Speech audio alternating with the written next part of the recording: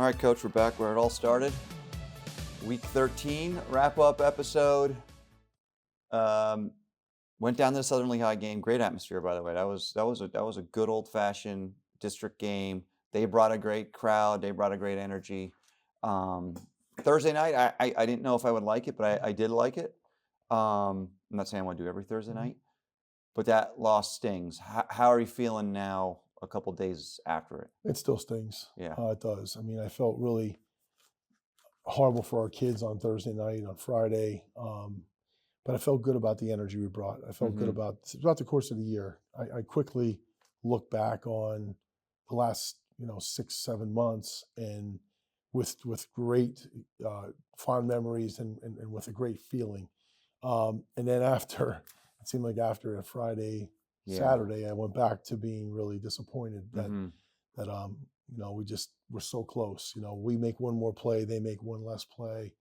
We're playing for for a district championship, and so I was disappointed for our kids again. Yeah. So, but this was a tough one, no doubt. It's stung and it's hanging around. Hold on. You guys came out like gangbangers in the first half. I mean, every offensive drive I think was a score. Just total domination. Defensively, you were able to bottle them up. They made some plays where you were able to bottle them up. And then kind of what's been kind of the Achilles heel, I guess, is that score right before the half. Right. That didn't sit right with anybody. Right. They score with like 21 seconds to go, and they get the ball back, and it's like, man. Yeah, you had a feeling. It wasn't a great feeling when they scored before the half. In such a short amount of time, we went up 3 scores. Heck of a hit by Chase Bukowski. He was off balance. Great contact. Tremendous balance by Steckler. Really good football player. Maybe one of the best players we played all year. Absolutely. Hurt us both times. Stays on his feet. Gets in the end zone. Goes down injured from the hit. But kid made a tremendous football play. Yeah. Brings it to a 2-score game. They score right out of the blocks in the third quarter. We never played for as well as we played in the first half. We never played poorly in the second half on either side of the ball. We competed tremendously. We had 3 big hits in the second half.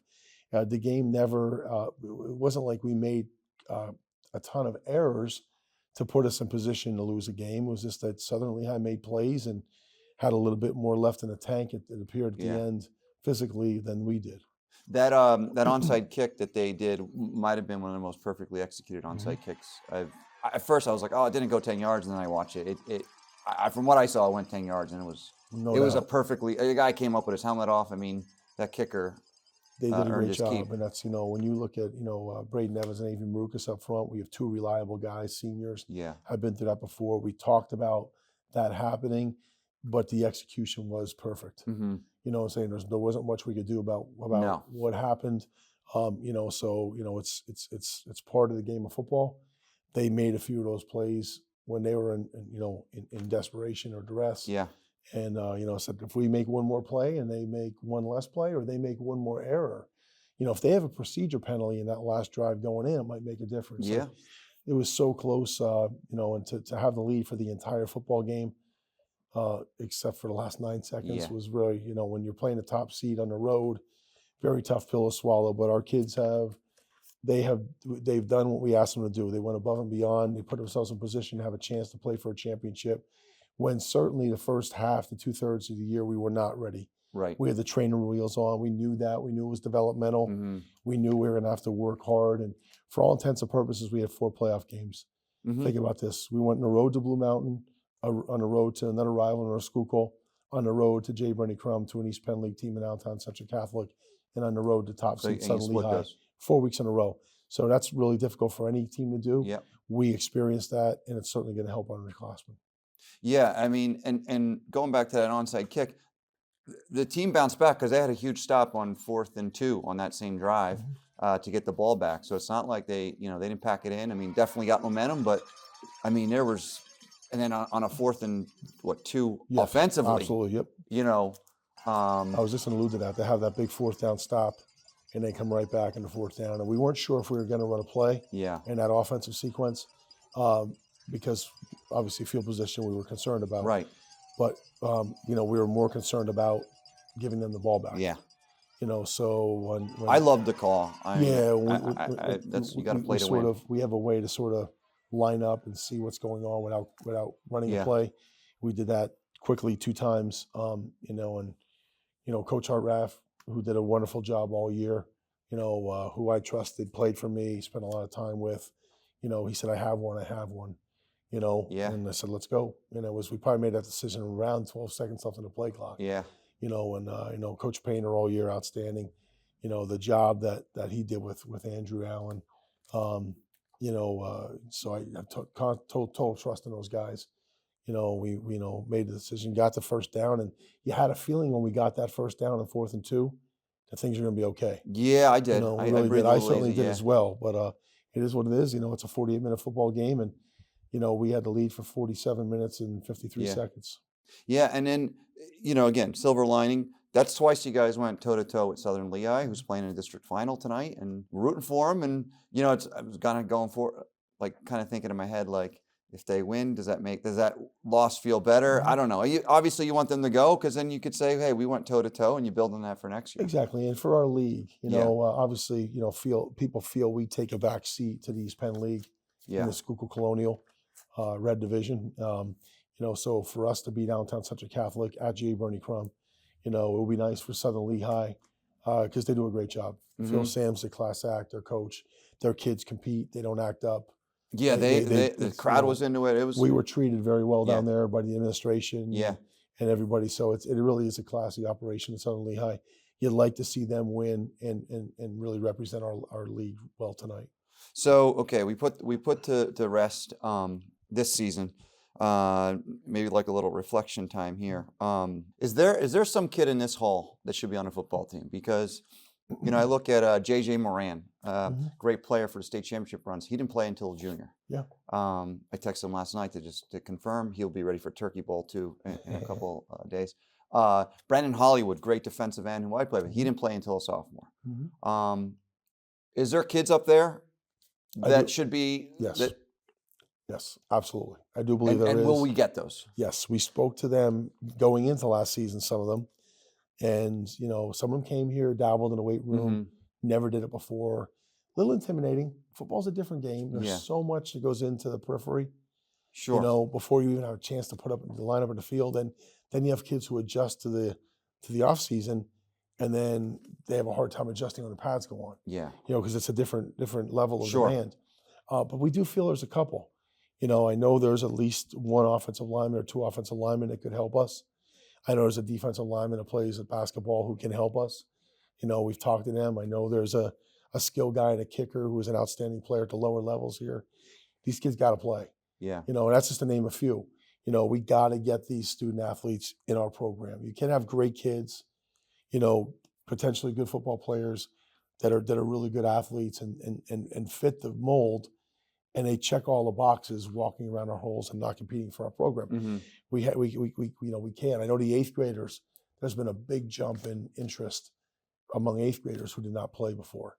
Just seeing how it runs, seeing the kids talk about it, being here on Friday nights when the light show is going on and the stadium looks good and the crowds were outstanding this year. I can't say enough about our fans, our student body, the support we got from this community this year was outstanding. So I think our kids have seen that.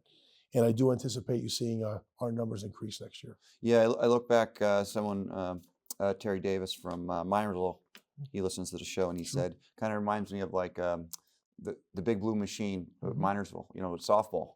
They built such a great program that the younger girls wanted to get involved with that. I coached Terry in an all-star game back in 1999. Oh, okay. Absolutely.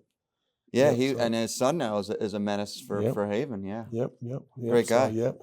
Absolutely. What'd you learn this year? People love football in Pottsville area.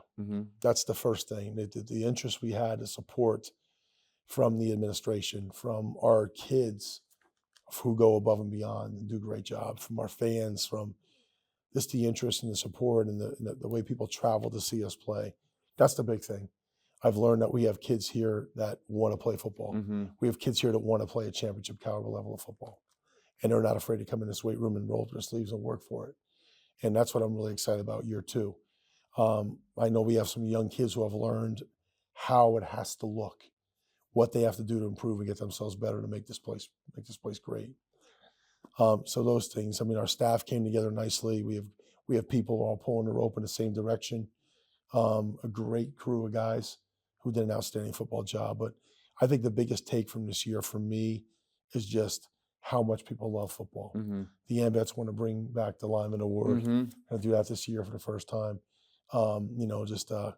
It's a special place, and we're digging back. With your help, we're digging back into the history of the program, so we know the record, so we know. Sure. We bring back some of those names and some of those people, so our current teams can look back and meet some of those guys from other teams. I think that's a real important part of this process. Absolutely. Is digging into our past a little bit more. But we have people that are interested in that as well. So I couldn't be more excited for 2025. We're already thinking about it and putting the plan in motion. And after we rest our bodies and our minds for a few weeks, we'll be right back at it. Yeah, and I'm looking at next year. I have the roster printed out, and I'm just going through, and I just put a D by, which means they're a dog coming back. Andrew Allen. Yeah, tough kid. Really overachieved this year. Brody Herndon, Juju, Brody Arrow, Colin McGinley, the Holly brothers, and if I miss somebody, I apologize, but Max Clues. I love watching him play. He's flying all over the place. He had a stick on the guy. I mean, that's something he's going to talk about for 40 years. That the guy went to Michigan and that was a clean hit. He's starting to figure it out. Now the jump we have to make from this year to next year is really going to determine our level of success. Yeah. With guys like Max, he's got to be in this weight room. Got to work in his speed in the off season. Yeah. All kind of stuff. But reckless abandon. No doubt, and take his game to a new level. Yeah. Chase Winkowski at safety. Those guys are our 2H backs. Absolutely. Take their game to a new level. They were outstanding. They fought like linemen in a lot of our games in our 12 personnel set. Like those two guys are really important to our program. Now you said I have Petey Sheridan here. You said he's going to be a household name. No question. He got his start at Turkey Bowl with us. Petey Sheridan is and he's got a younger brother. Football player. Mikey might have been one of our most improved young linemen this year. Okay. From day one to the end of the season. Quiet, doesn't say much. Neither one of them say much.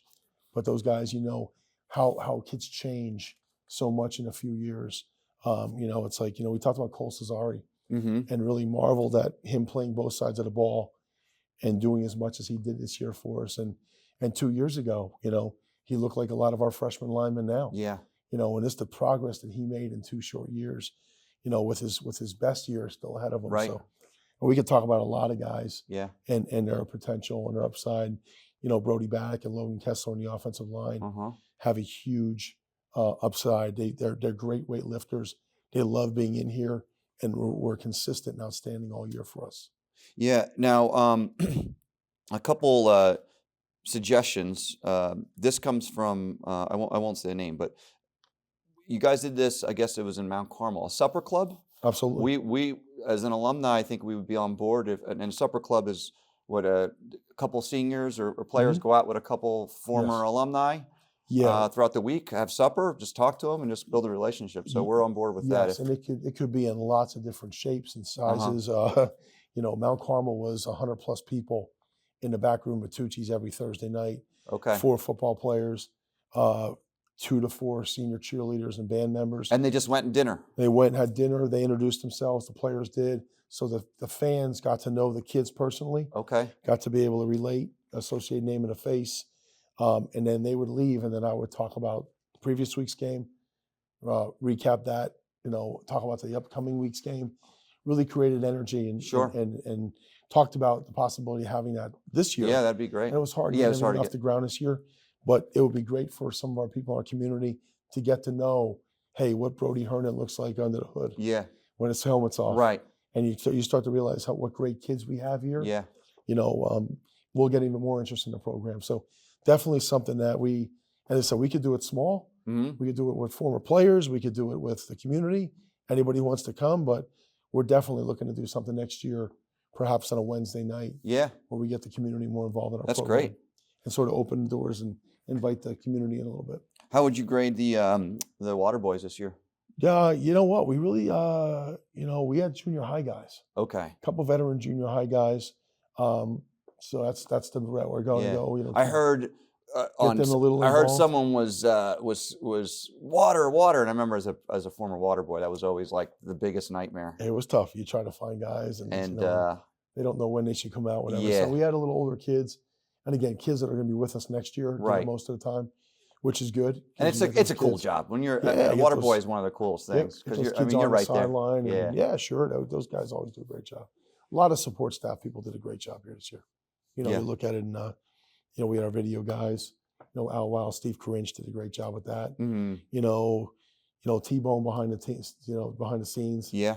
Everybody knows Tony Barone does a great job with all that part of the program and operation outside of what the daily staff functions, our training staff.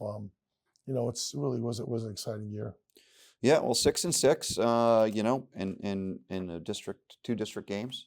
So we build on that and roll Tide, and I'll see you, I guess, in 9 months. See you soon. Roll Tide. Thank you.